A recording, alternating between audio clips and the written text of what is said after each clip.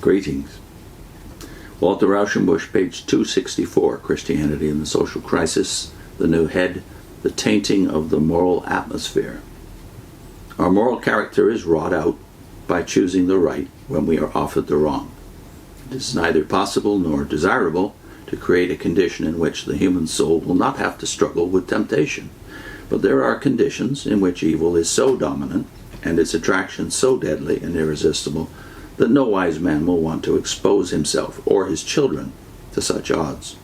Living in a tainted atmosphere does not increase the future capacity of the body to resist disease.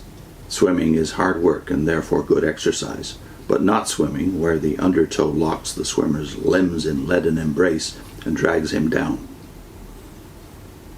We cannot conceal from ourselves that in some directions and the temptations of modern life are so virulent that characters and reputations are collapsing all about us with sickening frequency. The prevalence of fraud and the subtler kinds of dishonesty, for which we have invented the new term graft, is a sinister fact of the gravest import. It is not merely the weak who fall, but the strong. Clean, kindly, religious men stoop to methods so tricky, hard, and rapacious that we stand aghast whenever the curtain is drawn aside and we're shown the inside facts. Every businessman who has any finer moral discernment will realize that he himself is constantly driven by the pressure of business necessity into actions of which he is ashamed. Men do not want to do these things, but in a given situation they have to, if they want to survive or prosper. And the sum of these crooked actions gives an evil turn to their life. If it were proposed to invent some social system in which covetousness would be deliberately fostered and intensified in human nature, what system could be devised which would excel our own for this very purpose? Competitive commerce exalts selfishness to the dignity of a moral principle.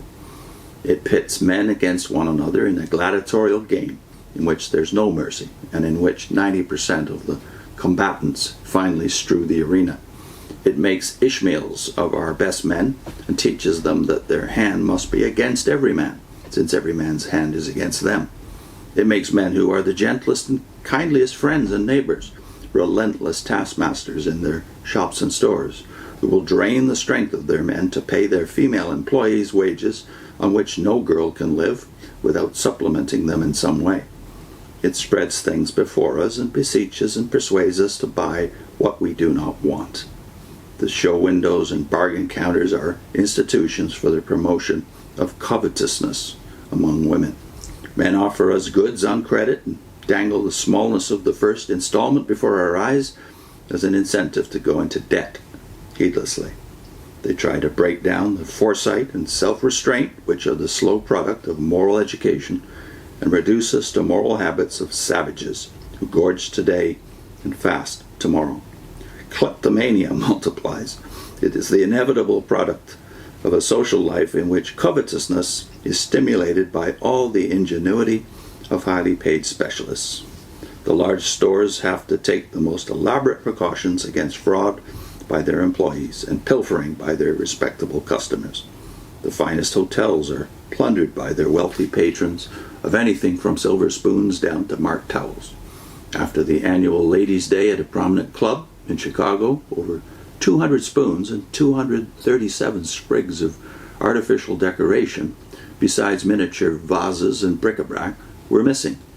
And that is always the case after Ladies' Day and never at other times. At a reform school for boys, 2 lads were pointed out to me as the sons of 2 men of great wealth. They had been placed there by their parents to cure them of their inveterate habit of stealing. Their fathers were in the United States Senate. Our business life borders so closely on dishonesty that men are hardly aware when they cross the line. It's a penal offense for a government officer to profit by a contract which he awards or mediates. In business life, that is an everyday occurrence. No wonder that our officials are corrupt when their corruption is the respectability of business life. Put in a link to Will Durant, the great historian, on how Christianity conquered the world.